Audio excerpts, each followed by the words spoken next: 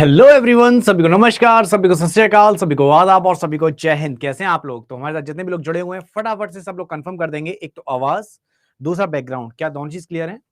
So Rishikesh, Avinash, Ankit, then we have Vineet. तो जितने भी लोग प्रेजेंट हैं, आई गेस दोनों चीजें क्लियर हैं। कूल। सो सब लोगों को गुड मॉर्निंग वंस अगेन। और हम लोगों ने लास्ट क्लास में जो डिस्कस किया था वो टॉपिक था हमारा हीट, और यहां पर जो हम हीट वाले पार्ट पर डिस्कशन कर रहे हैं, आज है उसका दूसरा दिन।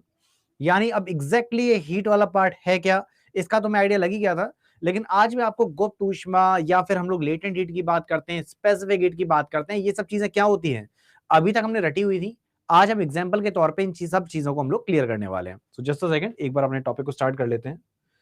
सो यहां से ओपन करते हैं पावर पॉइंट।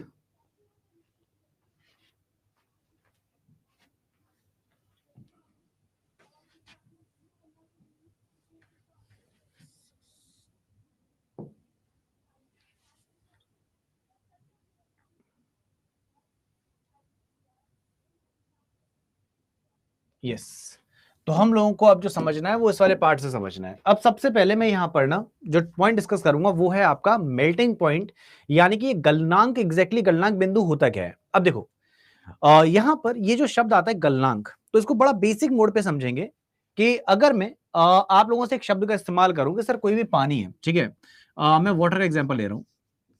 अब इस पानी को अगर मैं चाहता हूं कि सर ये कन्वर्ट हो जाए बर्फ में, यानी कि आइस में, तो पानी जब बर्फ में बदलते हैं तो हम लोग क्या कह देते हैं? हम लोग कह देते हैं कि सर ये चीज जम चुकी है, यानी कि हम लोग यहाँ पे फ्रीजिंग पॉइंट की बात करते हैं, जहां पे हम लोग एक शब्द इस्तेमाल करते हैं वो है हिमांक बिंदु।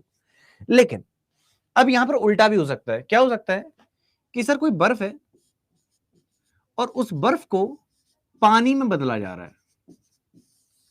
अब आप कहेंगे सर ये बर्फ को पानी में बदलने वाली जो बात है ना, ये हम बचपन से देखते हुए आ रहे हैं और हम लोगों को बहुत अच्छे से क्लियर है।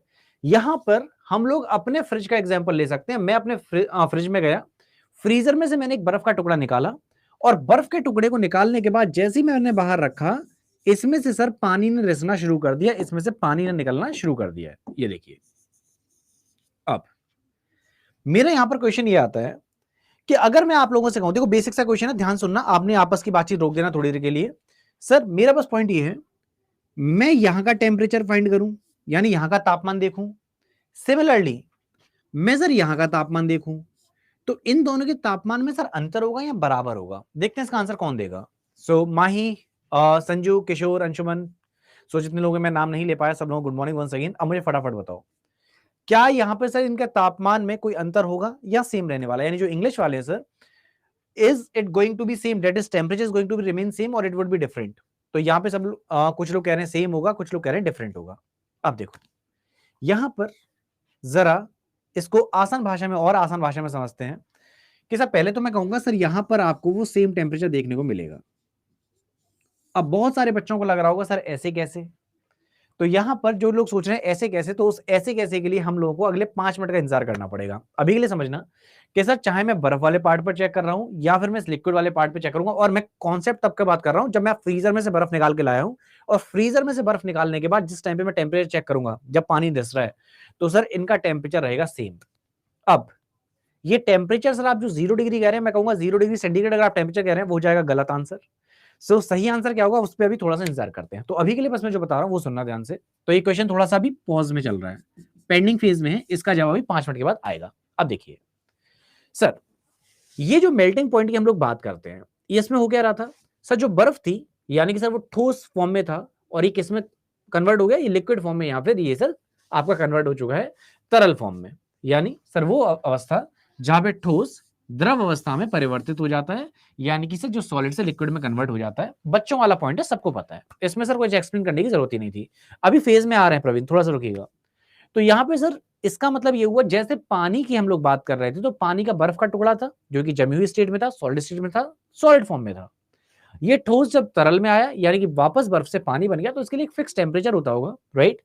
तो देखिए पानी के लिए जो हम लोग फिक्स टेम्परेचर की बात करते हैं, तो आप लोग जो यहाँ पे कह रहे हैं ना 0 डिग्री सेंटीग्रेड, अभी मैं यहीं पे इसको अभी एक्सप्लेन करता हूं, लेकिन अभी के लिए समझ लो कि हाँ 0 डिग्री सेंटीग्रेड पर क्या होता है कि पानी बर्फ में बदल जाता है। यहाँ पे जिसकी हम बात करते हैं हिमांक बिंदु की, यहाँ पे फ्रीजिंग पॉइंट की, यहाँ क्या होता है वो स्टेट जब लिक्विड से सॉलिड स्टेट में कन्वर्ट होता है, आसान भाषा में सर जो पानी आपका बर्फ में बदल जाता है, तो ये भी एक फिक्स टेम्परेचर पे होता होगा। और यहाँ पे उस फ्रीजिंग पॉइंट की भी बात कर लो तो वो होता है 0 डिग्री सेंटीग्रेड। लेकिन इसका मतलब ये नहीं कि सर एल्कोहल हो गया, पारा हो गया, यानी कि मरकरी हो गया, क्या सब लोग 0 डिग्री पे जम जाएंगे? ना, हर एक अपना अपने लिक्विड की अपनी अपनी एक फ्रीजिंग पॉइंट होती है, सबका अपना अपना एक बॉइलिंग पॉइंट होता है। सो प्लीज इस चीज को दिमाग में सेव कर लो। सर 0 डिग्री सेंटीग्रेड की जो हम बात कर रहे हैं ये सिर्फ पानी के लिए बात करते हैं, ये बाकी लिक्विड्स के लिए नहीं होता। नाउ अब सर इसी में थोड़ा सा डिटेल में चला जाए। चलिए, तो गुरुदेव सबसे पहले मैं जो बात कर रहा था सर वो था ये बर्फ वाला टुकड़ा, जहां पे मैंने बोला था सर इस बर्फ की अगर हम बात करें सर ये होगी सॉलिड फॉर्म में, यानी कि गुरुजी ये तो ठोस है। और इसी प्रकार से अगर मैं लिक्विड की बात करूं तो यहां पे पानी का उदाहरण हो गया, राइट। सो हम लोग जो मेल्टिंग की बात कर रहे थे अभी, तो इसमें क्या हो रहा था, ठोस से द्रव में परिवर्तन हो रहा था और ये एक फिक्स टेम्परेचर पे होता है। नाउ अब जो मैंने अभी थोड़ी देर के लिए पॉज किया था, मैं उसी पॉइंट पर वापस आता हूं। सर ये दोनों के दोनों टेम्परेचर सेम होंगे कौन से टाइम पर या कौन से टेम्परेचर पर, आइए समझते हैं। तो देखिए ऐसा है, मैं आपसे पूछना चाहता हूं सर एक ऐसा कोई भी क्या ऐसा पॉइंट हो सकता है कि जिसपे पानी और बर्फ सेम टेम्परेचर पे होगा? तो आप कहेंगे हाँ सर हो सकता है, अभी आपने बोला था तो हमने मान लिया। कुछ बच्चे उसमें उस टाइम पे आंसर भी दे रहे थे, कुछ लोग डाउट में थे, तो सबने बोल दिया कि हाँ सर एक ऐसा टेम्परेचर हो सकता है जहां पे ये ठोस और तरल दोनों में हो। समझ में आ गया। लेकिन अब मैं आपको और अच्छे समझाता हूं। एक शब्द आता है, अपने पेपर का पूछा हुआ है, त्रिक बिंदु। हमारी प्यारी बिंदु। सर जो इंग्लिश वाले कैंडिडेट्स हैं, I am talking about triple point. ये आप लोगों ने पढ़ा तो होगा लेकिन आप लोग शायद भूल चुके हैं, वरना आप पिछले वाले आंसर में गलत जवाब नहीं देते। अब सर ना 4 डिग्री सेंटीग्रेड इसका आंसर नहीं है बेटा। अब Simran what is this triple point? Sujeet क्या होता है ये त्रिक बिंदु? तो सर नाम से आप लोगों को क्लियर हो रहा होगा कि यहां पर अगर मैं 3 की बात करूं, ये देखो त्रिक से समझ में आता है सर कुछ ना कुछ ये 3 की बात हो रही है। सिमिलरली अगर इंग्लिश में बात करूं तो ये ट्रिपल जो पॉइंट लिखा है इसका मतलब है कुछ तो 3 की बात हो रही है। ये क्या 3 है ये अभी मैं बताता हूं। देखिए यहां पे सर 3 का मतलब ये 3 स्टेट्स की बात कर रहा है। हमने 3 मेन स्टेट्स पढ़ी थी, आपको याद है? पदार्थ की अवस्थाएं कौन कौन से थे? सॉलिड, लिक्विड और गैस। अब मेरा क्वेश्चन है सर, क्या हमारे पानी 3 अवस्थाओं में एक ही टेम्परेचर पे हो सकता है? So my question is it possible कि water can be there in all the 3 states at the same temperature? क्या ऐसा पॉसिबल है? तो एक बार फिर से जवाब चाहिए मुझे सबसे। तो देखो संदीप कह रहे हैं हाँ, कृष कह रहे हैं नो, मधुमिता कह रहे हैं नो, रामराज कह रहे हैं नो, अर्जुन यस के साथ है। तो यहाँ पे देखो आधे आधे बच्चे हैं, आधे कह रहे हैं यस होगा, आधे कह रहे हैं नो होगा। अब मेरा एग्जाम्पल ध्यान सुनना, जितनी चीजें मैंने बताई हैं सब एक ही एग्जाम्पल में क्लियर होंगी। सर बचपन के दिन का एग्जाम्पल दिया था मैंने पिछली क्लास में, अब देखो कैसे पॉसिबल होगा। या फिर बचपन का एग्जाम्पल छोड़ दो, अभी का एग्जाम्पल देता हूं सर। गर्मियों का टाइम आ चुका है, बेस्ट टाइम है। एक काम करो, अभी मैं 2 मिनट का टाइम देता हूं, आप लोग अपने घर में फ्रिज के पास जाओ, फ्रिज के अंदर बर्फ रखी होगी, उस आइस क्यूब को निकाल के अपनी हथेली पे रख लो। सभी लोग ट्राई कर सकते हो, अभी चाहो तो ना 2 मिनट का टाइम दे सकता हूं जिससे आप लाइव एग्जाम्पल भी लेंगे। सो मैंने क्या बोला, आप फ्रिज में जाकर अगर बर्फ का टुकड़ा निकाल के अपनी हथेली पे रखते हैं, so what is going to happen? Sir एक चीज जो आपके सामने कुछ ऐसा तो होगा ही होगा। अच्छा फ्रिज नहीं है तो फील ले लेना, ठीक है। फ्रिज अगर नहीं है तो मैं भी दूसरा एग्जांपल दूंगा, जिनके पास फ्रिज है वो अभी वाला एग्जांपल ले लो। सो अगर आपने हथेली पर अपने फ्रिज का सॉरी बर्फ का टुकड़ा रखा है तो क्या होगा? जो बर्फ का टुकड़ा है अपनी हथेली पर धीरे धीरे कर कर क्या होने लगेगा? पिघलने लगेगा, यानी कि वो ठोस से द्रव में परिवर्तित होगा। इंग्लिश वाले सर वो सॉलिड स्टेट से लिक्विड स्टेट में कन्वर्ट होगा। सिंपल सा logic, is it clear? Now अब यहां पर जो बच्चे कह रहे थे मेरे पास फ्रिज नहीं है, बेटा आपने कभी कुल्फी खाई होगी। सो जब कुल्फी खा रहे होते हैं या आइसक्रीम खा रहे होते हैं वो स्टिक वाली, तो कुल्फी खाते खाते सर कई बार क्या होता है उसमें से कुल्फी हम लोग खा रहे हैं लेकिन टिप टिप बरसा पानी की तरह कुल्फी टपक रही होती है। कविता आप ही ने बोला था फ्रिज नहीं है, तो आप एग्जांपल ले सकते हैं। कुल्फी तो सबने खाई है, अब ये मत कहना कुल्फी नहीं खाई है, मैं सच बताऊं नहीं तो पिट्टू करूंगा। तो जब हम लोग कुल्फी खा रहे होते हैं तो कुल्फी खाते टाइम पर क्या हो रहा है, आप कुल्फी तो खा ही रहे होते हैं, साथ में सर उसी टाइम पर वो ड्रॉपलेट्स के फॉर्म में गिर भी रही होती है, राइट। सो खैर मैं अपने पॉइंट वापस आता हूं कि कुल्फी में ना दूध भी है, वहां पे और भी चीजें हैं, बादाम वादाम पड़े हुए हैं, मैं उनकी बात नहीं कर रहा हूं, अभी मैं इसी पॉइंट पर आता हूं। सी इसका मतलब ये हुआ है कि जब मैं अपने हथेली पे बर्फ रखा था तो मैं चाहे बर्फ के टुकड़े की बात कर लूं या उस पानी वाले पार्ट की बात करूं, लिक्विड की, उनका टेम्परेचर होगा सेम। लेकिन सर यहां पर आपने अभी भी जो उदाहरण दिया है वो सिर्फ सॉलिड और लिक्विड के लिए ही वैलिड है, आपने अभी भी यहां पे वेपर की तो बात करी नहीं। अब सर मैं आप वेपर का एग्जांपल भी देता हूं, तो जिसके घर में फ्रिज नहीं है उन्होंने जब भी कुल्फी वाले भैया से कुल्फी ली होगी, तो कुल्फी वाले भैया ने जैसे ही अपना फ्रीजर खोला होगा, उसमें से जैसी कुल्फी निकालेगी उसमें से निकला होगा धुआं, है ना, वो जादू वाला धुआं। सो गाइस, वो जो धुआं निकल रहा है वो क्या है, वो एक्चुअली आपकी वेपर है, वो वाष्प है, वो आपका लिक्विड किस में कन्वर्ट हो चुका है, वो गैसियस फॉर्म में कन्वर्ट हुआ, वो गैस का बेस्ट एग्जांपल है। सेम चीज अपने फ्रीजर को खोल के देखना, ध्यानपूर्वक देखना, तो उसमें भी आपको हल्का हल्का धुआं दिखाई देगा। उसके अलावा सर अभी जब क्लास फिनिश हो जाएगी, अब बीच में मत जाना क्लास छोड़ के, ये समझाना जरूरी है, जब बर्फ का टुकड़ा निकाल के लाते हो ना सर, उसमें भी ध्यानपूर्वक देखोगे तो उसमें भी धुआं निकल रहा होगा। दैट मीन्स सेम टाइम पर, यानी कि सेम टेम्परेचर पर आपकी जो आइस है वो सर तीनों स्टेट में एग्जिस्ट कर रही है, यानी पानी आपको तीनों स्टेट में एग्जिस्ट कर रहा है। और ये टेम्परेचर जानते हो कितना होता है? आप लोग अगर इसे 0 डिग्री सेंटीग्रेड कहेंगे, बेटा ये जो ऋतु, ये जो बातें हैं ना कि बर्फ हमारी गर्म होती है, ये बेटा ये सब ना गाँव में और ये बेमतलब वाली बातें होती है जो हमने बचपन में सुनी होती हैं, राइट? और हम लोग वही बातें सुन सुन के फिर हम लोग सोचे अच्छा पता है बर्फ गर्म होती है, तेरे को पता है क्या? अरे वो फुंसी हो जाती है ना तो बर्फ लगा लो तो जल जाती है, पता है? वो बेमतलब वाली बातें हैं बेटा। सो यहाँ पर लॉजिक इज दैट कि वो क्या होता है कि ना हम लोग जब बर्फ रख लेते हैं तो हमको वहां पे रेड रेड हो जाता है, हमको अजीब सा फील होने लगता है, तो हम कहते हैं कि सर वो जल रहा है। तो इसमें कोई कॉन्सेप्ट ही नहीं बनता ये क्वेश्चन पूछने का कि बर्फ ठंडी है या गर्म है। मुझे एक चीज बताओ, 0 डिग्री सेंटीग्रेड पे कोई भी चीज होगी वो ठंडी होगी या गर्म होगी? तो अगर हम लोग साइंस के स्टूडेंट हैं तो हम लोग यहाँ पे सीधे साइंस वाले पार्ट पर आते हैं, बिकॉज मैं भी ना गांव से बिलोंग करता हूँ, तो मैं बहुत अच्छे से जानता हूँ ये वाली चीज। मैं जब सेकंड क्लास में था ना, तो मैं मामा के घर जब भी जाता था, तो मेरे मामा के बच्चों का सेम यही क्वेश्चन होता था कि भैया बताओ कि ना बर्फ जो होती है वो गर्म होती है ठंडी होती है? तो हम भी सोचते थे भाई ये बर्फ ठंडी होती है, ऐसा क्यों पूछ रहे हैं? और कोई भी बच्चा ऐसा सवाल पूछे तो हमको पता है इसका मतलब उल्टा ही जवाब देना है, तो हम कहते थे गर्म होती है। तो कहते अरे भैया आपको पता है क्या, गर्म वरम कुछ नहीं है भाई, सिंपल सा लॉजिक है, बर्फ आपकी 0 डिग्री सेंटीग्रेड पर है, that means it's cold, right? खैर उतनी चीजों पर नहीं आऊंगा मैं, वापस आता हूं अपने पॉइंट पर। तो उन डिस्कशन पे नहीं जाएंगे, नहीं तो लंबा डिस्कशन खिंच जाएगा, हमारे पास टाइम वैसे भी कम है। सर मैं वापस अपने पॉइंट पर आता हूँ। सो गाइस प्लीज रिमेंबर, ये किसी बच्चे ने डाउट पूछा था इसलिए मैंने उस पॉइंट रखा। वापस आ रहा हूँ। तो सर क्या होता है कि सेम टेम्परेचर पर आपकी जो बर्फ है वो तीनों स्टेट में एग्जिस्ट कर रही है। सो वो टेम्परेचर कितना है, you must remember that. And what is it? Sir वो टेम्परेचर होता है 0.01 degree centigrade. Please remember that is what, that means कि आपका जो ये टेम्परेचर होगा ये 0 डिग्री नहीं, ये होता है 0.01 डिग्री सेंटीग्रेड। ये अपने एग्जामिनेशन का प्रीवियस ईयर का क्वेश्चन है। बहुत सारे बच्चे यहाँ पे 0 डिग्री सेंटीग्रेड 100 डिग्री सेंटीग्रेड लगा के आ जाते हैं, बट सही आंसर होगा बेटा 0.01 डिग्री सेंटीग्रेड। अमन वो चाहे केमिस्ट्री का मान लो चाहे फिजिक्स का मान लो, जो चीज हमारे सिलेबस में वो हमें पढ़नी है। Is that clear? भाई सिंगर मैंने ऐसा कुछ नहीं बोला भाई, मैंने नहीं बोला कि बर्फ कोई गर्म है ठंडी है, मैं बीच में डाउट्स लेने बंद कर दूंगा। सिंगर बाबा भूल जाओ मैंने ऐसा कुछ बोला था, किसी बच्चे का डाउट था मैंने वो एक्सप्लेन किया था। So I guess it is clear. So please याद रखिएगा ये ट्रिपल पॉइंट वाला पार्ट जो एग्जाम में पूछा जाएगा, so you must remember what is that कि ट्रिपल पॉइंट ऑफ वाटर, जिसको हिंदी में हम लोग कह रहे हैं त्रिक बिंदु, पानी आपकी तीन अवस्थाओं में एग्जिस्ट करता है, ठोस तरल और गैस, और ये टेम्परेचर होता है 0.01 डिग्री सेंटीग्रेड। दैट्स इट, खत्म। सो इतनी क्लियर है। अब बढ़ते हैं आगे, अगले पॉइंट पर चलेंगे। ये टेम्परेचर बस फिक्स से याद कर लो Sadaf, the only point is कि 0.01 डिग्री सेंटीग्रेड ये वो टेम्परेचर होता है जहां पे पानी आपकी तीनों स्टेट में एग्जिस्ट करेगा। सॉर्टेड। अब सर अगला क्या था, अभी हम लोग बात कर रहे थे हिमांक बिंदु की, याद है? सो हिमांक बिंदु क्या हो गया था सर, एक ऐसा बिंदु जहां पे आपका सर जो लिक्विड है वो गैस में सॉरी सॉलिड में कन्वर्ट हो जाता है, जहां पे हम लोग एग्जांपल ले रहे थे पानी का बर्फ में बदलना। सो पानी का बर्फ में बदलने का सर सबसे बड़ी एग्जांपल है, कभी कश्मीर घूमने जाओ तो उस वाले केस में आप देख सकते हैं कि जो वाटर की जो बबल्स हैं, ये पानी का बना हुआ बबल है जो कि सर आपका जमता हुआ दिखाई दे रहा है ना?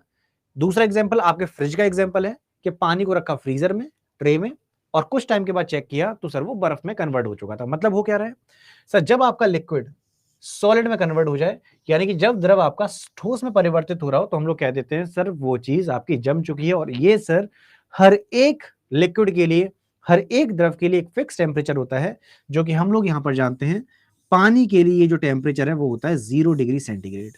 इसीलिए हम लोगों ने बोला था कि जो पिघल रहा था पानी, जब सर सॉरी जब आपका बर्फ पिघल रही थी तो उस टाइम पे जो टेम्परेचर था वो 0.01 डिग्री सेंटीग्रेड था, राइट? चलिए, सो यस बिल्कुल सही किशोर। अब सर यहां पर ये बॉइलिंग पॉइंट वाला पार्ट हो गया हमारा, अब आते हैं सब्लिमेशन पे। ये क्या होता है? तो आइए सर सब्लिमेशन वाले पार्ट पे चलेंगे, उससे पहले जरा बॉइलिंग और समझ लें। सर ये जो हम लोग बॉइलिंग की बात करते हैं तो यहां पे एक शब्द आता है क्वथनांक। क्वथनांक ये क्या होता है सर? जब आपका लिक्विड यानी कि जब आपका द्रव, द्रव से बड़ी होगा, जब आपका तरल पदार्थ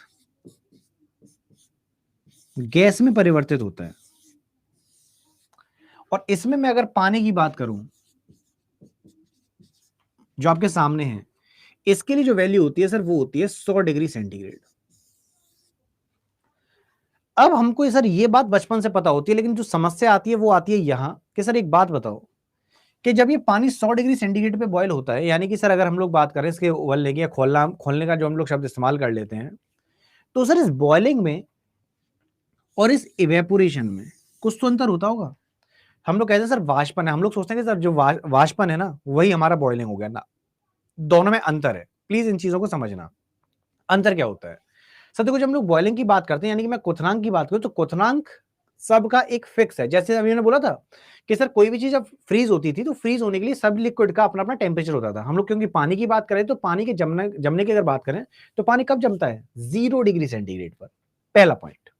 लेकिन सर अगर हम लोग कपड़े धोने की बात करें तो मैंने क्या किया, कपड़े धोए, कल संडे था, है ना, तो जो लोग सिंगल रह रहे हैं, हम जो फैमिली के साथ नहीं है, तो सब कुछ खुद से ही करना पड़ता होगा, सफाई भी, शॉपिंग भी, है ना। सो गुरुदेव, जब हम लोग अपने कपड़े को धो लेते हैं तो कपड़े धोने के बाद जब छत पर सुखाए आते हैं तो सुखाने के बाद क्या हम लोग इंतजार करते हैं यार अभी तो टेम्परेचर जो है ना अभी तो 20 डिग्री हुआ है, कपड़े सूखेंगे नहीं? क्या हम लोग इंतजार करते हैं कि अब सर वातावरण में जो ताप है वो अब 100 डिग्री का होगा तभी मेरे कपड़े सूखेंगे? यानी जो इंग्लिश वाले हैं, सर डू वी वेट कि okay now the temperature would be 100 degree centigrade, अब सर कपड़े सूखने चाहिए? नो, दैट मींस कि जो इवेपोरेशन होती है ना, जो वाष्पन है बेटा, ये एक कंटिन्यूअस प्रोसेस है। ये क्या है? ये कंटिन्यूअस प्रोसेस है, यानी वाष्पन या वाष्पीकरण की बात करो वो किसी एक फिक्स टेम्परेचर पर नहीं होती। लेकिन अगर क्वथनांक की हम लोग बात करें तो कहते हैं कोई पानी उबल गया, या फिर हम लोग बॉइलिंग की बात करते हैं वो एक फिक्स टेम्परेचर पे होता है, तो दोनों में अंतर है, राइट। सो बॉइलिंग एक फिक्स टेम्परेचर पे होती है, जबकि जो इवेपोरेशन होता है ये कंटिन्यूअस प्रोसेस है। सिमरन, हाँ ये ना बहुत सारे बच्चों के डाउट आता है ना, तो सदफ हो गए, माही हो गए, विवेक, सो आई गेस ये वाला पॉइंट क्लियर। सो यस, ये स्टार्टिंग से होने लगेगा, बिल्कुल सही, दैट्स राइट। सो गाइस, अब यहाँ पे बॉइलिंग वाला पॉइंट तो हमको समझ में आया, लेकिन अब सर इस पे आ जाओ जरा, ठंडा मतलब कोका कोला पे। अब ये क्या गुरुजी? अब यहीं पर अगर मैं ये कोका कोला या स्प्राइट या फिर किसी भी लिक्विड की बात करूं, गर्मियों का टाइम है सर, ये सब भी नहीं हो तो सर पानी का भी एग्जांपल ले सकते हैं। ठंडा ठंडा पानी लेके आ जाओ, थोड़ी देर बाद देखोगे पानी के बाहर कुछ बूंदें दिखाई देने लगती हैं। ये क्या चक्कर होता है सर? तो ये जो पानी की बोतल, खैर अभी तो मैं नॉर्मल पानी लेके आया हूं, मान लो मैं भी ठंडा पानी लेके आता तो क्या होता, इसके बारे से मैं टच करके देखता तो सर यहाँ पे पानी की लेयर आ जाती बाहर। तो ये पानी कहां से आ जाता है? What do you think? So Simran is asking sir why, but that is the temperature, that is the nature of water, right, वो पानी का नेचर हो गया। अब सर आपको क्या लगता है कि इस बोतल के अंदर छेद होगा कि बाहर सर यहाँ पे जैसे लिक्विड आ गई, या फिर इस ग्लास के अंदर छेद होंगे क्या जिसकी वजह से यहाँ पे बाहर पानी आ गया है? नहीं। यहां पर Christopher, Gudiya, Mahi, Sanju, you all are correct. So what is the point? Sir यहां पर पानी बाहर निकल के नहीं आ रहा है। अगर आप लोग सोच रहे हैं कि इसमें जो छोटे छोटे होल्स हैं उससे, ऐसा नहीं है। होता क्या है कि सर हम लोगों को पता है कि बाहर की तरफ गैसेस मौजूद है। गैसेस? क्या बात कर रहे हैं सर, बाहर भी कोई गैसेस होती हैं? सर हम लोग अच्छे जानते हैं, अगर मैं अपने वातावरण की बात करूं, एनवायरमेंट की बात करूं, तो अपने एनवायरमेंट में यहां पे कुछ गैसेस हैं। ये सर बायोलॉजी में हम लोगों ने पढ़ रखा है, वैसे आप लोगों को पता भी होना चाहिए। यस विजय, आप भी हैं, माही भी है, बहुत सारे बच्चे हैं जो जिनके कमेंट्स नहीं आ रहे वो भी हैं, तो सब लोग यहाँ पे ध्यान सुनना। सो जो नाइट्रोजन है बेटा, ये कितनी होती है? ये 78% होती है, राइट, 78%। इसके अलावा जो ऑक्सीजन है सर 21% होती है। इस प्रकार करके सर ढेर सारी गैसेस हैं, जिसमें से आपका बाहर वाटर वेपर भी होता है, H2O भी है, we all know that guys. अब यहां पर क्या होगा, ये जो बाहर आपका पानी है, अंदर ग्लास क्योंकि ठंडा था, सो ठंडा होने की वजह से क्या हुआ कि आपके बाहर जो गैसेस थी, ये गैस आपकी अब यहां पर लिक्विड फॉर्म में, यानी कि सर ये गैस आपकी तरल भाग में परिवर्तित हो गई। ये प्रक्रिया कहलाती है आपकी संघनन, जिसको हम लोग अंग्रेजी में कंडेंसेशन कहते हैं। अब आप कहेंगे अच्छा ये तो समझ में आ गया, लेकिन इसका और भी कोई उदाहरण है क्या? तो मैं आपको दो उदाहरण देता हूं मस्त वाले, मजा आ जाएगा। अब कैसे वाले पार्ट पर चलते हैं, ओनली एक्शन। तो वैसे ज्योग्राफी वाले सर या फिर मैम जो भी आपको पढ़ा रहे होंगे, सो वो लोग आपको ना इसके बारे में बताएंगे जब वो पढ़ाएंगे आपको कौन सा साइकिल, वाटर साइकिल। तो ये खैर अपना साइंस वाले पार्ट में नहीं, ज्योग्राफी में आता है जब आप लोग पढ़ते हैं वाटर साइकिल। लेकिन मैं उसका एक बेसिक आइडिया देना चाहूंगा आपको, जिससे भावनाएं समझ में आ जाए, क्योंकि हम लोग करते क्या है ना, हम लोग चीजों को रटते हैं। अब सुनो, यस बिल्कुल सही, वाटर साइकिल सुनिए सब लोगों ने, सर एनवायरमेंट में ज्योग्राफी में पढ़ी होगी। अब मैं आपको जरा ध्यान दिलाता हूँ चलता क्या था। वाटर साइकिल में क्या होता था सर, कि सर सूर्य है, सूरज चाचा क्या करेंगे, सूरज चाचा सर गर्मी लाएंगे, राइट, सिंपल सा कॉन्सेप्ट सर, इनकी वजह से हीट मिलेगी। जब हीट मिलेगी तो यहां पर सर नदी तालाब ये सब मौजूद है। तो जो नदी तालाब ये सब है, इनमें से क्या होगा कि आपका जो पानी है वो इवेपोरेट कर जाएगा, वाष्पित हो जाएगा, सिंपल सा लॉजिक। और यहीं पे किशोर भाई बताओ तो पिट्टी करेंगे।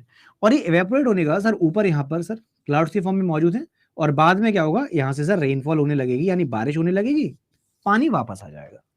हम लोग यही पढ़ते हैं, सबको पता है वाली चीज। अब मैं आपको इसका ना जीता जागता एग्जाम्पल देता हूं। देखिए, आप लोगों ने बचपन में टिफिन रोजाना ही ले गए होंगे, तो आपकी मम्मी ने आप लोगों के लिए टिफिन बनाया होगा हमेशा, राइट। रोजाना कभी आलू के पराठे, कभी रोटी, कभी मैक्सिमम केस में पराठे। तो सबके घर में अलग अलग होता है, मेरे केस में हमेशा पराठे बनते थे। सो किसी किसी घर टिफिन में रोटी भी आती है। मैं अब उन अमीर बच्चों की बात नहीं कर रहा हूं जिनके पास वो मैगी, चाउमीन या फिर ब्रेड एंड जैम ये सब पहुंचता था। ये अपने वाले केस में नहीं, हम लोग मिडिल क्लास वाले, तो मिडिल क्लास वाले एग्जांपल ले लेता हूं मैं अपने वाले, राइट। सो गाइस, अपने वाले पॉइंट पर आते हैं जहां पे हम लोग मिडिल क्लास वाले, तो हमारे घर से क्या होता था, रोटी सब्जी, आलू का पराठा या फिर आलू, ये सब चीजें मैक्सिमम केस में जाती थी, राइट। सो रोटी जब बनती होगी, हमारी मम्मी जब प्यार से रोटी बनाती होंगी, तो क्या होता होगा विनाश, आटा माड़ा, तो आटे को सर सूखा आटा लिया, उसके अंदर फिर पानी डाला, जिसको हम लोग कहते हैं आटा गूंदना। तो आटा मम्मी ने गूंदा होगा, और प्यार से फिर मस्त एकदम फुल्की या फिर पराठे सेके होंगे, राइट। हाँ, अचार भी बिल्कुल शिवांश। सो गाइस, अब चाहे वो पूड़ी हो, चाहे पराठा हो, चाहे रोटी हो, बना तो सर आटे का ही है। अब इस आटे को जब माड़ा गया था या फिर गूंदा गया था, तो उसके अंदर पानी था, राइट। सो आटे को अब सर उस आटे को बेला, बेलने के बाद सर एक राउंड शेप में आया, और हमने तवे पे रख दिया। तवे पे रखने के बाद क्या हुआ सर, कुछ देर बाद हमने सर तवे से हटाया, और गैस पे जब सेका, तो वो सर रोटी जो थी फूल गई, तो इसीलिए हम लोग कहते हैं सर फुल्की बन गई, तैयार हो गई, राइट। नाउ ऐसे करके 4 रोटियां सेकी गई, चारों रोटियों को सर पैक कर दिया गया। हम लोग जब टिफिन लेकर आए स्कूल में, हमने स्कूल में अपना टिफिन खोला, और टिफिन जैसे ही खोला तो हमने देखा कि जो सबसे ऊपर वाली चपाती थी, जो इस शेप में थी, है ना, फोल्ड करके रख देते तो चपाती गोल गोल शेप करके ऐसे कर रख दी, तो जो सबसे टॉप मोस्ट लेयर पे ऐसे करके चपाती होती थी, तो उसका ऊपर वाला लेयर और नीचे वाला लेयर वो सर गीला हो जाता था। Why, what was the logic, याद आ रहा है ना सब लोगों को अपने बचपन के दिन। तो ये क्या होता था पता है, यहां पर भी संघनन की प्रक्रिया होती थी, यहां पर भी कंडेंसेशन का एग्जांपल था। ये बहुत छोटे लेवल पे कंडेंसेशन का एग्जांपल दे रहा हूं। What was the logic, sir जब आटा माड़ा गया था या गूंदा गया था, तो पानी का इस्तेमाल किया गया, उस पानी से सर रोटी बेली। अब रोटी जब बेली सर, जब उसे सेका गया, तो वो जो वाटर था वो सर गैशियस फॉर्म में कन्वर्ट हो चुका था। मम्मी ने प्यार पूर्वक वो रोटी बस फोल्ड करी और आपके लिए रख दी थी। अब क्या होता है सर, आप अपने टिफिन को बैग में रखे हुए हैं, दोपहर को 10 बजे तक आपका लंच का टाइम होगा। उतनी देर में क्या होता है कि उसमें जो गैशियस फॉर्म में था, अब रोटी जब रखी गई, तो रोटी का एक लेयर ऊपर से सर कट आ गया होगा, जिसमें से सर आपकी जो स्टीम थी वो ऊपर की तरफ निकली, ऊपर की तरफ निकली। अब देखो यही सेम चीज हो रही है सर, हीट थी, हीट पहले से पड़ी थी, जैसे पानी ऊपर की तरफ जा रहा था, जैसे टिफिन में क्या हो रहा था, टिफिन में जो चपाती थी उसमें से पानी ऊपर की तरफ गया गैशियस फॉर्म में, और सर यहां तो ऊपर आके बादल, और बादल से पानी बारिश। इसमें क्या हो रहा था टिफिन में, कि जो गैस ऊपर गई थी, टिफिन के जो ऊपर लेयर थी जिसको आप खोलते थे, वो ढक्कन के नीचे वाला पार्ट, वहां पे गैस टकराई, टकराने के बाद ठंडी हुई, और ठंडी होने के बाद तो नीचे आनी थी, राइट। सो टकराने के बाद सर वो वापस से वही ड्रॉपलेट्स नीचे आ गई। So that is the perfect example of condensation. ये संघनन का बेस्ट एग्जांपल है, जिसे आप लिंक कर सकते हैं किस तरीके से वाटर साइकिल काम करती है। So yes, condensation is very important part of water cycle. यानी जल चक्र की बात करूं तो संघनन उसका बेस्ट एग्जांपल है, राइट। सो बेसिकली होता है कि वाटर साइकिल आप लोग लिंक करेंगे ना, तो स्टीफन प्रोसेस से आप लिंक कर सकते हैं, इट्स द बेस्ट पार्ट। सो शिवांगी सबके साथ ही हुआ है, तो वो है ही ये लॉजिक, राइट। सो बिल्कुल, तो यहां पे सर ये सब चीजों, ये चीज क्लियर हुई। सो दैट मींस कि कंडेंसेशन में क्या होता है, कंडेंसेशन में सर यानी संघनन में गैस आपका लिक्विड फॉर्म में कन्वर्ट होता है, जैसे उस चपाती में सर स्टीम से वापस पानी कन्वर्जन हो गया था, राइट। अभी भी होता है, ठीक है शुभम। सो ये वाला पार्ट तो क्लियर है। अब सर हम लोग आगे बढ़ते हैं। अनु पूछ रहे हैं सर आप फिर से बता दें। तो अनु यहां पर बस इतना बताया कि आपका कभी भी, जैसे ग्लास है ना, तो बाहर कोई भी गैस है, अगर वो गैस आपकी लिक्विड फॉर्म में कन्वर्ट होती है तो गैस से जब भी तरल फॉर्म में कन्वर्ट होगा तो हम लोग कह देंगे सर ये संघनन की प्रक्रिया थी या फिर कंडेंसेशन का एग्जाम्पल था। सिंपल। सो एग्जाम्पल आपको पता होना चाहिए। एग्जाम में कहानी कोई नहीं पूछेगा, कोई डेफिनेशन नहीं पूछने वाला। एग्जाम में तो हमारे पास 4 ऑप्शन होंगे, तो क्या कहेगा कंडेंसेशन का इसमें से एग्जाम्पल कौन सा है, संघनन का इसमें से उदाहरण कौन सा है, 4 ऑप्शन देगा, उसमें से एक लिखा होगा कोई एग्जाम्पल। हो सकता है वो ठंडे ग्लास वाला एग्जाम्पल हो सकता है वाटर साइकिल वाला एग्जाम्पल हो। आप सीधे बता देंगे सर ये कंडेंसेशन का एग्जाम्पल है। नेक्स्ट, अब यहां पर इतना पार्ट डन है, नेक्स्ट आगे बढ़ेंगे। सो कंडेंसेशन भी हो गया हमारा, ये भी हो गया। अब आ जाते हैं इस पे। सो ये सर शादियों के टाइम पर जब भी दुल्हन की एंट्री होती है तो दुल्हन जब मैं एक तो गाना भूल जाता हूँ वाला, जो भी गाना है मैं यूट्यूब पे हमेशा जब भी गाना गाने की कोशिश करता हूँ मुझे तो याद आता नहीं है। आप लोगों को अगर याद हो समझ आना, मेरा सजना वे ऐसे करके कोई गाना चल रहा होता है तो दुल्हन ऐसे जब आ रही होती है तो उस टाइम पे ना धुआं उठा दिया जाता है, राइट। सो ये जो धुआं वहां पर हो रहा होता है, ये धुआं कहां से आ रहा होता है? सो ये धुआं एक्चुअली आ रहा होता है आपका ड्राई आइस की वजह से। किसकी वजह से? Dry ice. तो इस वाले केस में क्या होता है गाइस? अच्छा, आज चढ़े आवे सारा। थैंक यू राशि फॉर दैट। सो गुरुदेव, यहां पर हम लोग बात करेंगे अब ड्राई आइस की। अब जो बच्चा यहाँ पे D2O बोल रहा है उसकी मैं करूंगा पिट्टू, क्योंकि sir dry ice is not D2O। D2O होता है हैवी वाटर। तो गुरुदेव ये क्या है? तो इस प्रक्रिया को हम बोलते हैं ऊर्ध्वपातन या फिर सब्लिमेशन। सो अंकित बता रहे हैं मेरे साजन घर मेरा आना, ये हाँ हाँ वही वाला गाना होगा, मतलब समझ जाओ, सब समझ गया ना। यस, तो इसके मैं बहुत सारे एग्जांपल्स देने वाला हूं। तो ऊर्ध्वपातन या सब्लिमेशन में क्या होगा कि आपके जो लिक्विड जो सॉलिड स्टेट है यानी ठोस पदार्थ है वो लिक्विड में कन्वर्ट हो जाएगा, सॉरी गैसेस में कन्वर्ट हो जाएगा। आप कहेंगे सर कैसे? सॉलिड से सीधे गैस? जी हाँ। हम लोग जब पूजा पाठ करते हैं तो कपूर का इस्तेमाल करते हैं, कैम्फर का। सो कपूर में क्या है, कपूर सर आपका सॉलिड फॉर्म में होता है। अब सीधे क्या होता है, उस कपूर का लिक्विड फॉर्म में कन्वर्जन ना होके सीधे सॉलिड से वो आपका गैसियस फॉर्म में कन्वर्ट होता है। पहला एग्जांपल। दूसरा नेफ्थलीन बॉल। नेफ्थलीन बॉल्स का एग्जांपल लें तो सर व्हाइट कलर की बॉल्स आती हैं, सर्दियों का टाइम है तो सर गर्मियों के कपड़े बेड के अंदर रखे होंगे, गर्मियों का टाइम है तो सर्दियों के कपड़े बेड के अंदर या फिर अलमारियों में रखे पड़े होंगे, जो कि 6 से 7 महीने के लिए उसी के अंदर रहने वाले हैं। अब 6 से 7 महीने के लिए कपड़े अगर अंदर रखें तो सर उनमें कीड़े लग सकते हैं, कीड़े सर नुकसान कर सकते हैं। तो कीड़ों से बचाने के लिए हम लोग इस्तेमाल करते हैं नेफ्थलीन बॉल्स का। सो नेफ्थलीन बॉल्स हो गई, कैम्फर हो गए यानी कि कपूर हो गया, या फिर ड्राई आइस। ये सारे के सारे जो हैं ये सब आपके वो एग्जांपल्स हो गए जहां पे डायरेक्टली सॉलिड स्टेट से वेपर स्टेट में कन्वर्ट होगा, यानी कि ठोस से सीधे वाष्प यानी गैसियस फॉर्म में कन्वर्जन होगा। नाउ तो ड्राई आइस का फॉर्मूला होता क्या है? हम लोगों ने तो दिमाग में सेट कर लिया भाई साहब के ये D2 होगा, D2 वाले गलत हैं। सर यहां पर याद रखिएगा कि अगर मैं भाई उसे जला रहे हैं, सुनीता जलाने के बाद क्या हो रहा है उसका, क्या वो लिक्विड फॉर्म में कन्वर्ट होता है? नहीं ना। सो गाइस प्लीज याद रखिएगा, ये जो ड्राई आइस है ये आपका D2O नहीं है। ये क्या होता है? It is solid form of carbon dioxide. ये क्या होता है? ये ठोस कार्बन डाइऑक्साइड है। प्लीज प्लीज प्लीज इसे याद रखेंगे, right. So it is not the heavy water, it is dry ice. So dry ice क्या होता है? ड्राई आइस होता है CO2। जो हैवी वाटर होता है वो होता है D2O। मैं जानबूझ के हैवी वाटर यहाँ पे इसलिए नहीं लिख रहा हूँ, नहीं तो आपको कंफ्यूजन होगा कि सर वो सब्लिमेशन का एग्जांपल कैसे हुआ। सर D2O का सब्लिमेशन एग्जांपल नहीं ले रहे हैं हम लोग, ड्राई आइस का ले रहे हैं। तो कुछ बच्चों ने ना गलत आंसर दे दिया था, दैट वाज द पॉइंट। चलो तो सर यस कोई भी ऐसा एग्जांपल ले लो ओम जहां पे डायरेक्टली कन्वर्जन हो रहा हो, ठीक है।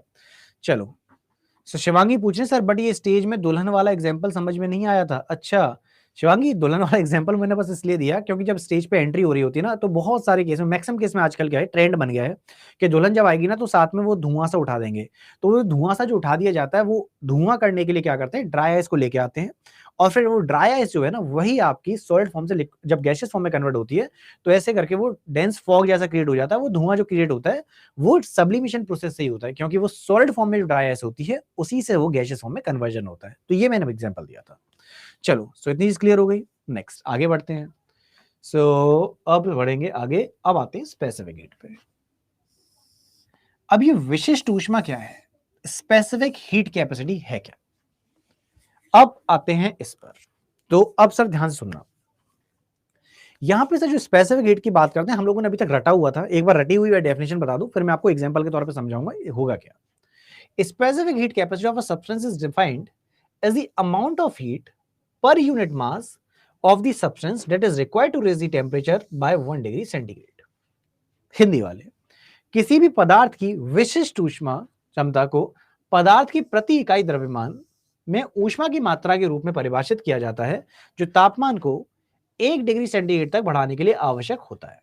आप कहेंगे सर ये तो बुकिश लैंग्वेज है, आइए इसको इजी वाली लैंग्वेज में समझते हैं। सो इजीएस्ट लैंग्वेज में talking about this water bottle, हमेशा की तरह सर इस वाटर बॉटल का अपना कुछ मास होगा। लेट से इसका जो मास है वो 1 किलोग्राम है, या मान लीजिए 1000 ग्राम है फॉर एग्जाम्पल, ठीक है। इस पानी की बोतल का, मैं अभी किलो के हिसाब से बात कर रहा हूं, मैं द्रव्यमान के हिसाब से बात कर रहा हूं, यानी कि अगर मैं इसकी मास की बात करूं तो लेट से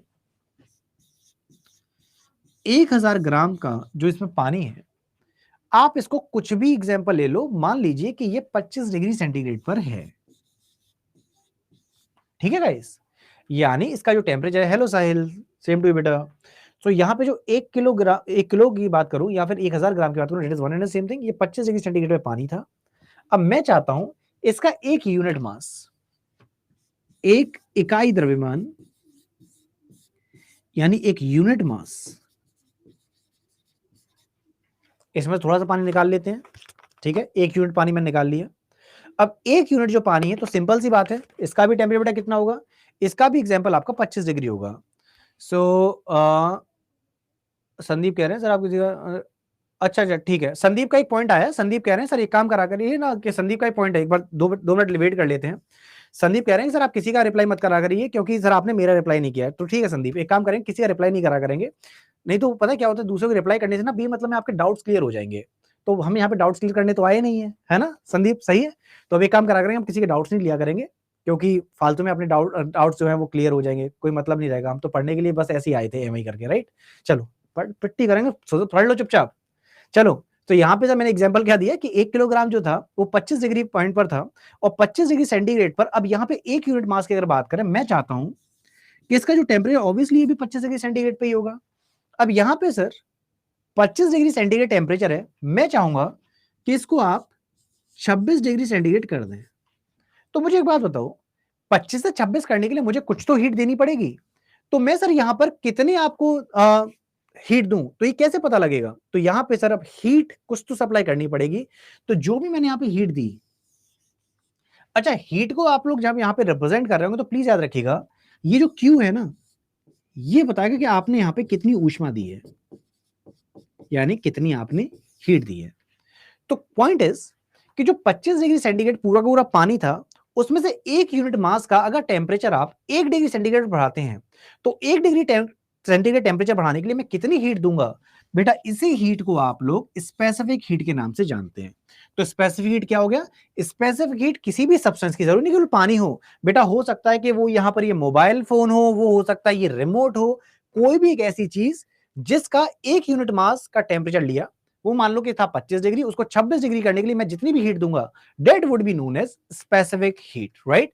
सो स्पेसिफिक हीट के लिए हमारे पास जो फॉर्मूला होता है वो होता है S बराबर delta Q upon M delta T, जहां पे डेल्टा क्यू हो गया क्या है सर, जो आपने हीट दी है, amount of heat given. Sir M क्या होता है, उस सब्सटेंस का मास, फॉर एग्जांपल इस रिमोट का मास ले लिया तो एम हो गया, और डेल्टा टी क्या हो गया, change in temperature. Change in temperature in the sense, sir ये 25 से 26 हुआ ना, तो कितना चेंज हुआ, 1 डिग्री सेंटीग्रेड चेंज हुआ।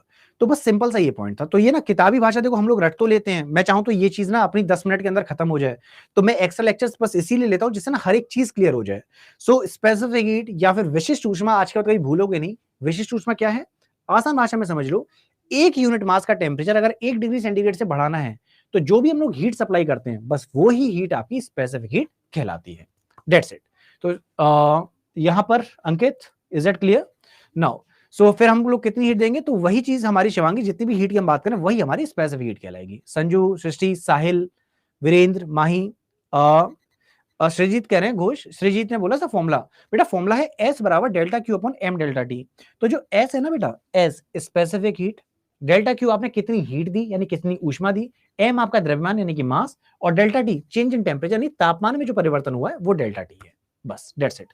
बिल्कुल, हाँ बिल्कुल, आप उस वाले पार्ट से लिंक कर सकते हैं सोमनाथ। अब सर इस डेफिनेशन में टाइम नहीं लगेगा, इसको मैं बहुत ज्यादा डिटेल में नहीं जाने वाला हूं, क्योंकि हमको अब क्लियर है। सर देखो, ये जो मोलर शब्द है, आप में से मैक्सिमम बच्चे मुझसे पहले दिन से जुड़े हुए हैं, जो बच्चे पहले दिन से नहीं जुड़े, आई गेस रिवाइज कर लिया होगा, मैंने बोला था सैटरडे संडे में रिवाइज कर लेना।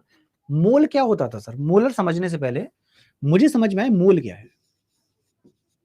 गाइस, मोल का मतलब क्या होता था? अमाउंट ऑफ सब्सटेंस, हिंदी में बोलूंगा पदार्थ की मात्रा। याद है 7 फंडामेंटल क्वांटिटीज, सर 7 आपकी मौलिक मात्राएं जब हम लोग डिस्कस की थी उसमें मोल था जो था पदार्थ की मात्राएं। सो यहां पे सर ये जो पदार्थ की मात्रा की हम लोग बात कर रहे हैं मोल, तो अमाउंट ऑफ सब्सटेंस ही है। तो जैसे कि अभी हम लोग 1 केजी की बात कर रहे थे, 1 किलोग्राम, वो द्रव्यमान की बात हो रही थी। इसी प्रकार से सर ऐसी मैं मोल की बात कर सकता हूं। तो अब सर देखिए, जब मैं एक यूनिट मास की बात कर रहा था तो स्पेसिफिक हीट बोला था। अब यहां पे सर मोलर स्पेसिफिक हीट हो गया, यानी कि यहां पर हम लोग किसकी बात करेंगे? बस 1 मोल की, सिंपल। यानी अब जो 1 मोल पदार्थ है उसका टेम्परेचर 1 डिग्री बढ़ाने के लिए मैं कितनी हीट दूंगा? Molar specific heat. Is that clear? मैं फिर से रिपीट करता हूं कि सर मोलर स्पेसिफिक हीट क्या हो गया? बहुत सारा अपने पास पदार्थ है, कुछ भी हो सकता है, वो चावल हो सकते हैं, वो गेहूं हो सकते हैं, वो पानी हो सकता है, कुछ भी है। उसमें से 1 मोल सब्सटेंस को अलग निकाला। अब इस 1 मोल सब्सटेंस का जो टेम्परेचर था 25 डिग्री, तो 26 डिग्री करने के लिए मैंने कितनी हीट दी? Molar specific heat. As simple as that. अब इसी में दो चीजें आ जाती हैं, molar specific heat of a gas at constant volume. अब यहां पे क्या करो सर? यहां पे वॉल्यूम को कांस्टेंट कर दो, सिंपल। यानी क्या कर दो? यहां पे सर आप आयतन को स्थिर कर दो। Similarly molar specific heat of a gas at constant pressure. अब तो नाम समझ रहा है, एट कांस्टेंट प्रेशर क्या करना है? यहां पे आप तापमान को स्थिर रखो, यानी प्रेशर को स्थिर रखो, और टेम्परेचर जब आपका 1 मोल गैस का 1 डिग्री सेंटीग्रेड के लिए बढ़ जाएगा। मान लो कोई भी गैस है, मान लो ऑक्सीजन है, 1 मोल ऑक्सीजन का टेम्परेचर है 30 डिग्री, तो 1 मोल ऑक्सीजन को 31 डिग्री सेंटीग्रेड करने के लिए मैं कितनी हीट दूंगा? जब उसके वॉल्यूम को फिक्स रखूंगा तो हम लोग कह देंगे sir molar specific heat at constant volume. इसी प्रकार से सर 1 मोल गैस को, चाहे वो नाइट्रोजन भी ले सकते हैं, 1 मोल नाइट्रोजन को, 35 डिग्री नाइट्रोजन है, ठीक है, 35 डिग्री सेंटीग्रेड पर है, तो 35 डिग्री से 36 डिग्री करने के लिए मैं कितनी हीट दूं? जब मैंने प्रेशर को कांस्टेंट रखा हुआ है, तो मैं क्या बोल दूंगा? Molar specific heat of a gas at constant pressure. Simple. So अब सर यहां पे आप पूछ रहे हैं, अंकित का कोई पॉइंट आया है सर, मोल में जितनी नंबर ऑफ क्वांटिटी के लिए जरूरत होगी कैसे सब्सटेंस को, उसका ये देखो अंकित, यहां पर ना हमको एक चीज और क्लियर होनी चाहिए। जैसे आप मोल की बात करें तो मैं एग्जैक्ट आपको बताता हूं फिगर, जैसे कि आप लोगों ने क्या याद रखा है अंकित? आपको अपनी 10th का एग्जांपल लो, अपनी 10वीं में नहीं 11वीं में पहली बार पढ़ा होगा, 11th क्लास में ऐसे करके एक नंबर पढ़ा था हमने। ये केमिस्ट्री की बात है लेकिन मैं आपको यहाँ फिजिक्स में बता रहा हूँ, समझाना जरूरी है। किसी बच्चे ने पूछा भी, किसने पूछा? अंकित ने। सो ओम, कविता, Na, कुछ याद आ रहा है सर? अगर नहीं याद आया तो अब आएगा। 6.022 इंटू 10⁻23। याद आया कुछ सर? Avogadro number. तो यहां पे हम लोग लिंक करते थे सर वो मोल वाले पार्ट से, यानी कि सर जैसे हम लोग कहते हैं ना कि ये 1 केजी चीज है, ये 1 मोल है, तो मोल क्या है सर? एक पदार्थ की मात्रा हो गई। सो एक फिक्स अमाउंट है, तो उस फिक्स अमाउंट में से हमसे कह रहा है कि 1 डिग्री टेम्परेचर बढ़ाने के लिए मैं कितनी हीट सप्लाई कर दूं। तो यहां पे सर 1 डिग्री टेम्परेचर सप्लाई जब करोगे हीट, तो सॉरी 1 डिग्री टेम्परेचर बढ़ाने के लिए आप लोग जब हीट सप्लाई करोगे, अगर कांस्टेंट वॉल्यूम पे कर रहे हो तो ये डेफिनेशन, अगर कांस्टेंट प्रेशर पे कर रहे हो तो ये डेफिनेशन। सिंपल। सो अब यहां पर दीपांशु बेटे स्टार्टिंग से आपको देखना पड़ेगा है ना, उसके लिए कोई पॉसिबल नहीं है अभी बीच में। सो माही का एक पॉइंट आया है, उसका सुरजीत का है नहीं सर? अच्छा अच्छा ठीक है, कोई नहीं। सो अब यहाँ पे लिंक कर लेते हैं। बेटा जो आप खाना बनाते हैं ना, तो खाना जब बनाते हैं तो एलपीजी में जो गैस होती है वो ब्यूटेन और प्रोपेन होती है। चलो हाँ बिल्कुल सदफ, फॉर्मूला पूछ सकता है, इसलिए फॉर्मूला वाला पार्ट हम डिस्कस भी कर रहे हैं। चलिए अब आगे बढ़ते हैं। अब आती है सर मेरी फेवरेट, गुप्त ऊष्मा, जिसको हम लोग अंग्रेजी में लेटेंट हीट के नाम से जानते हैं। ये बहुत ही अजीब लगेगा आपको सुनने में, क्योंकि सर आपने इससे पहले से रटा ही होगा। आज मैं आपको इसका ना लॉजिकली समझाने वाला हूं कि इसके पीछे होने क्या वाला है। देखिए सो यहां पर सर गुप्त ऊष्मा समझना, गुप्त का मतलब क्या होता है? कुछ छिपा हुआ, right? So what is latent heat? Latent heat को हम लोग हिडन हीट के नाम से भी जानते हैं। एक बार लिख देता हूं, यहां पर जो ऊष्मा की बात कर रहे हैं ये गुप्त ऊष्मा है, जिसको हम लोग हिडन हीट या छुपी हुई ऊष्मा के नाम से भी जानते हैं गाइस। आप कहेंगे सर हिडन हीट या गुप्त ऊष्मा? एक एग्जांपल देखते हैं, जो साहिल कह रहे हैं जो दिखता नहीं है, राइट? संजू, यश, विजय, थोड़ी देर पहले एक एग्जांपल लिया था मैंने।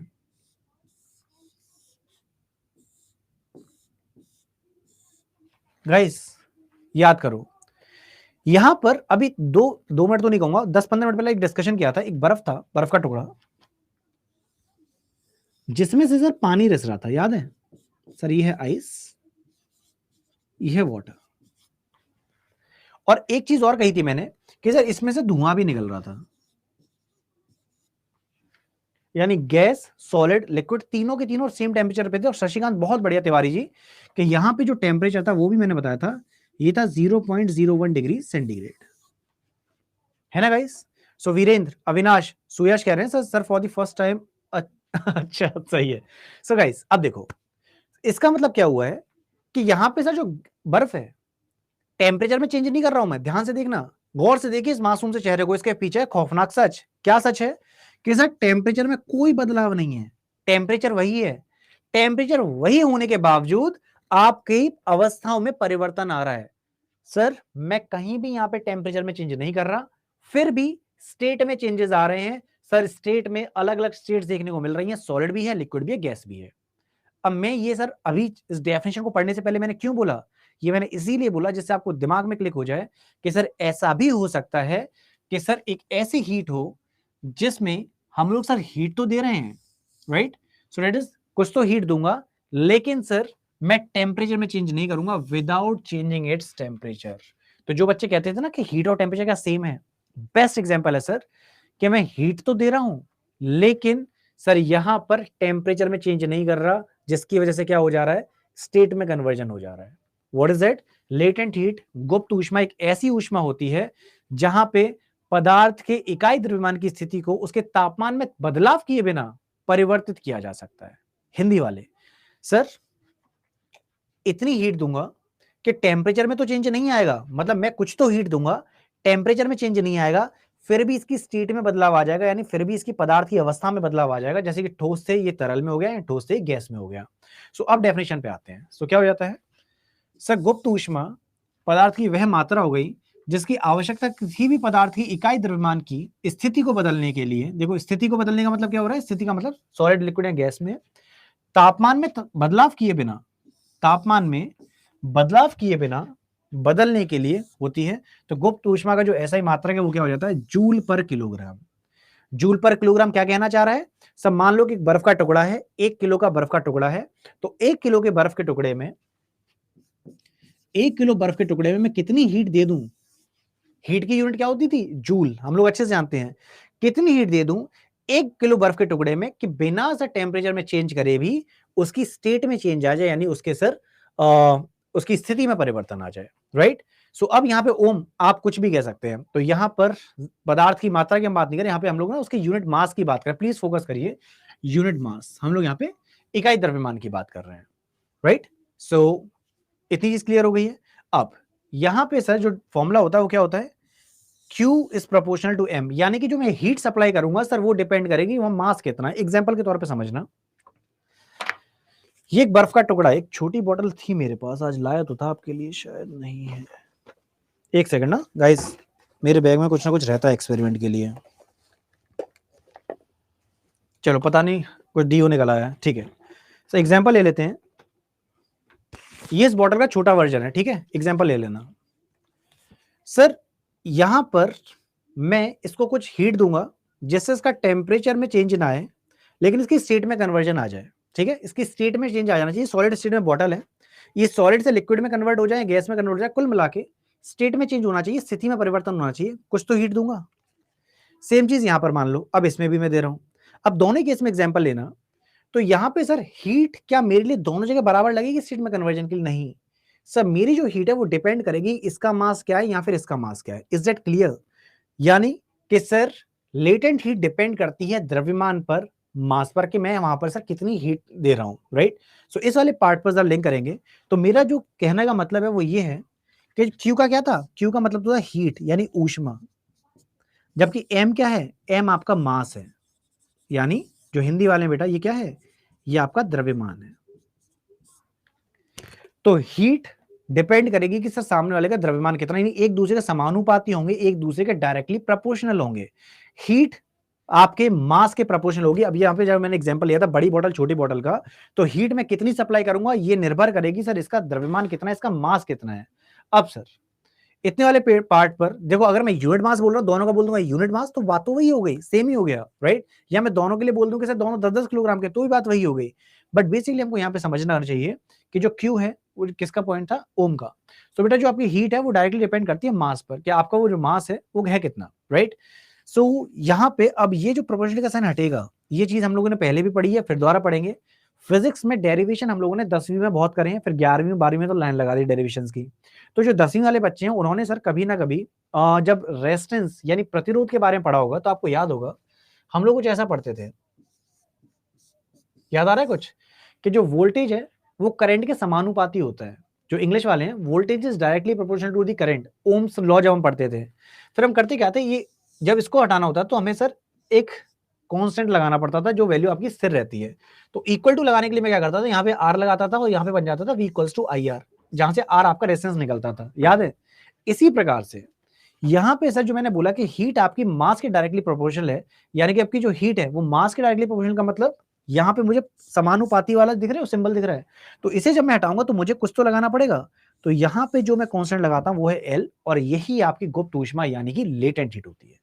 नाउ अच्छा, आईटीआई में तो पूरा डिटेल में पढ़ी थे घोष साहब, बिल्कुल सही कहा आपने। सो गाइस यहाँ से लेटेंट हीट वाला मामला तो हमको समझ में आ रहा है, लेकिन अभी भी एक पॉइंट रह गया। तो सर एक बात बताओ, जैसे आपने अभी एग्जाम्पल लिया था मुझे बर्फ वाला, राइट।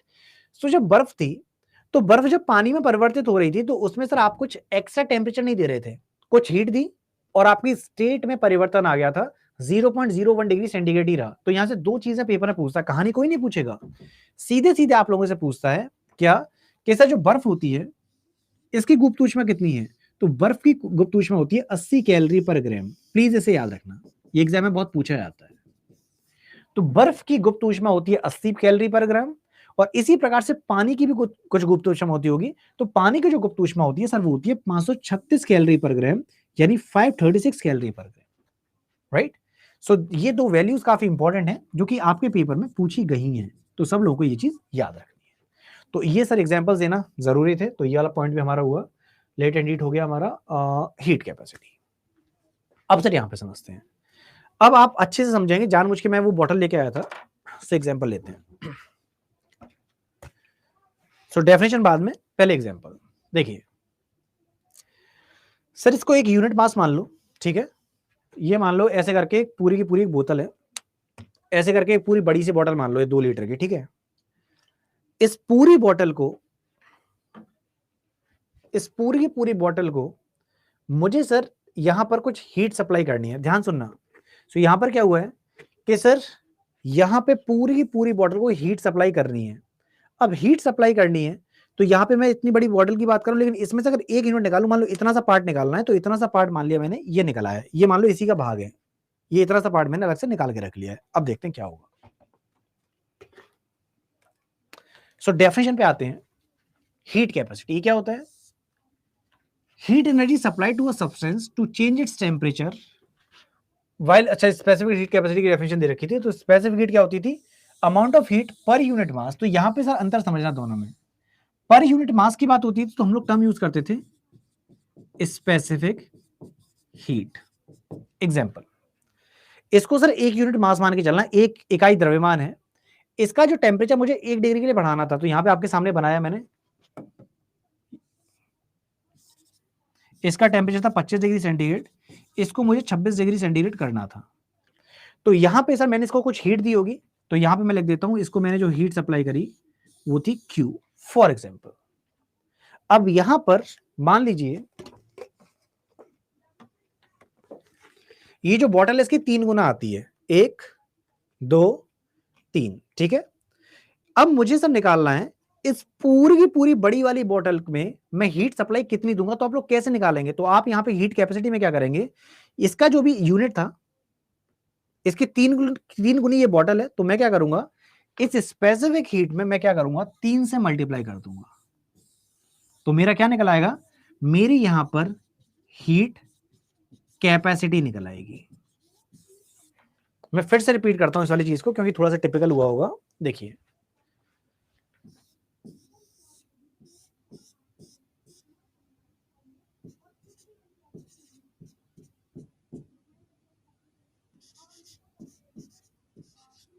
हम लोगों ने जब स्पेसिफिक हीट के बारे में पढ़ा था, जब हम विशिष्ट ऊष्मा पढ़ रहे, तो विशिष्ट ऊष्मा मैंने क्या बोला था, विशिष्ट ऊष्मा ये बोला था मैंने कि किसी भी इकाई द्रव्यमान के लिए, यानी कि यूनिट मास के लिए, जब मुझे टेम्परेचर 1 डिग्री सेंटीग्रेड के लिए बढ़ाना हो तो इसमें कुछ हीट सप्लाई करता हूं, तो ये सर मेरी कहलाती है स्पेसिफिक हीट। जबकि हीट कैपेसिटी क्या होगी, हीट कैपेसिटी की बात करेंगे, यानी कि सर यहां पे अगर मैं पूरी की पूरी कैपेसिटी की बात करूं तो ये कितना है 5 टाइम्स है। तो इसमें क्या कर सकता हूं, अगर मैं Q में 5 से मल्टीप्लाई कर दूं, यानी कि टोटल मास से मल्टीप्लाई कर दूं, तो ये मेरी सर पूरी की पूरी हीट कैपेसिटी निकल आएगी। तो स्पेसिफिक हीट 1 यूनिट मास के लिए होती थी और हीट कैपेसिटी सर पूरे मास के लिए होती है। तो पूरे मास के लिए मैं क्या करने वाला हूं, पूरे मास से मल्टीप्लाई कर दूंगा, तो स्पेसिफिक हीट का मेरी पूरी की पूरी हीट कैपेसिटी निकल के आ जाएगी, जो कि होती है आपकी जूल पर केल्विन वाले पार्ट से आप लिंक कर सकते हैं। क्या यहां पर ये पॉइंट क्लियर हुआ? सो मैं आप चाहो तो फिर से मैं इस चीज को रिपीट कर देता हूं। सो एग्जांपल यहां से ले लेते हैं। मान लो कि सर यहां पर कितनी वैल्यूज है, 1 2 3 4 5 है, इसको 6 बना देता हूं। चलो, तो 1 यूनिट मास के लिए हम लोग केवल इतने पार्ट का जो टेम्परेचर है इसको इंक्रीज करना चाहते हैं। ठीक है, सो टेम्परेचर कितना इंक्रीज करना चाहते हैं, इसका टेम्परेचर था 25, इसका टेम्परेचर हम करना चाहते हैं 26 डिग्री। तो 26 डिग्री करने के लिए मैं कुछ हीट दूंगा, तो केवल इतने पार्ट के लिए वो स्पेसिफिक हीट कहलाएगी। अब इसमें अगर पूरे मास से मल्टीप्लाई कर दूंगा तो मेरी हीट कैपेसिटी निकल आएगी। बस ये चीज मुझे समझानी थी। तो पूरे मास के लिए हम लोग यहां पे जाएंगे, नहीं उसमें चेंज नहीं आएगा ओम, समझो इस बात को, क्यों नहीं आएगा। सो आपके सामने यहाँ पे पानी है, ओम कह रहे हैं सर पूरे के लिए 1 डिग्री सेंटीग्रेड पर 1 डिग्री बढ़ाओगे नहीं क्या, नहीं बढ़ाएंगे, क्योंकि अगर आपका ये पूरा का पूरा पानी का बॉटल है बेटा, आप मान लो फ्रिज में से ठंडा पानी लेके आए हैं, सुनना ओम जैस वाली, या स्पेशली आपके लिए आपका डाउट था, ओम का डाउट समझना सब लोग, ओम का डाउट है, बड़ा वैलिड डाउट है। ओम कह रहे हैं सर जब आप यहाँ पे इसकी बात कर रहे हो तो आप सीधे मास से मल्टीप्लाई क्यों कर रहे हो, आप फिर वहां पे टेम्परेचर में तो 5 डिग्री को सर एडअप करोगे। मैं कहूंगा एडअप नहीं करूंगा। क्यों नहीं करूंगा ओम समझना, बेटा ये पानी की बोतल मान लो कि एक एक्स टेम्परेचर पर है, मान लो कि पानी की बोतल के अंदर जो पानी है मान लो वो 4 डिग्री में फॉर एग्जाम्पल। अब मैं इसमें से बेटा चाहे मैं थोड़ा सा पानी निकाल लूं, या मैं आधी बोतल पानी निकाल लूं, या पूरी बोतल पानी निकाल लूं, सर तीनों ही केस में जो मेरा टेम्परेचर है वो सेम ही रहेगा, राइट। सिमिलरली सर यहाँ पे जो यूनिट मास की हम बात कर रहे थे, इसमें मैंने क्या किया है, इसमें टेम्परेचर 1 डिग्री से बढ़ा रहा हूं, तो इसमें मेरे पास एक क्यू की वैल्यू थी। गाइस टाइम हो चुका है, so I need to go. So sir आ चुके हैं, तो बस यहाँ वाले एग्जांपल में वापस खत्म करता हूँ। तो यहाँ पर सर याद रखिएगा, बस शॉर्ट में मैं आपको बता दूं कि यस वहाँ पे टेम्परेचर आपका सेम रहेगा, क्योंकि सर आए संडे ने एकदम से वॉच दिखाई, तो सर का एक्चुअली क्लास हो चुकी है, so I need to go. Sagar question बेटा यहाँ पर ना जब भी आपका टॉपिक खत्म होगा उस टाइम पे डीपीपी भेज दी जाएगी, इसमें आप क्वेश्चन देख सकते हैं। सो साहिल पूछे यूट्यूब पे क्लास, हाँ बेटा साहिल यूट्यूब पे क्लास होती है। अगर लो लेवल की क्लास पे आना है आपको, जहाँ पे एएलपी या टेक्नीशियन की बैच के लिए, तो 12 बजे इंजीनियर अड्डा पे जुड़ सकते हैं। 12 बजे इंजीनियर अड्डा पे क्लास होती है, जहाँ पे हम लोग एएलपी टेक्नीशियन का लेवल पढ़ रहे हैं। और अगर आप पढ़ना चाहते हैं हायर लेवल पे जो एसएससी जेई का लेवल है, तो आप 2 बजे जुड़ सकते हैं। तो मैं यूट्यूब पर क्लास का टाइम लिख देता हूँ, इस चैप्टर को मैं कल ही खत्म करा पाऊंगा अब। तो यूट्यूब पे आप 12 बजे जुड़ सकते हैं एएलपी के लेवल के लिए इंजीनियर अड्डा 24/7 पे, और 2 बजे जुड़ सकते हैं आप एसएससी जेई के लेवल के लिए, जो कि सर इससे हायर लेवल पे रहता है। तो ये मेरा यूट्यूब का क्लास का शेड्यूल है, ठीक है। चलो तो अनिर्बन और जितने भी लोग प्रेजेंट हैं, सो आई नीड टू गो, बाकी हम लोग मिलते हैं अब कल, ठीक है, क्योंकि सर आ चुके हैं। So bye bye everyone, take care, Jai Hind. हाँ सब कुछ मिल जाएगा, सागर आप पूछ सकते हैं मुझे टेलीग्राम पे, ठीक है। सर आ चुके हैं, so I need to go, bye bye, take care, take care.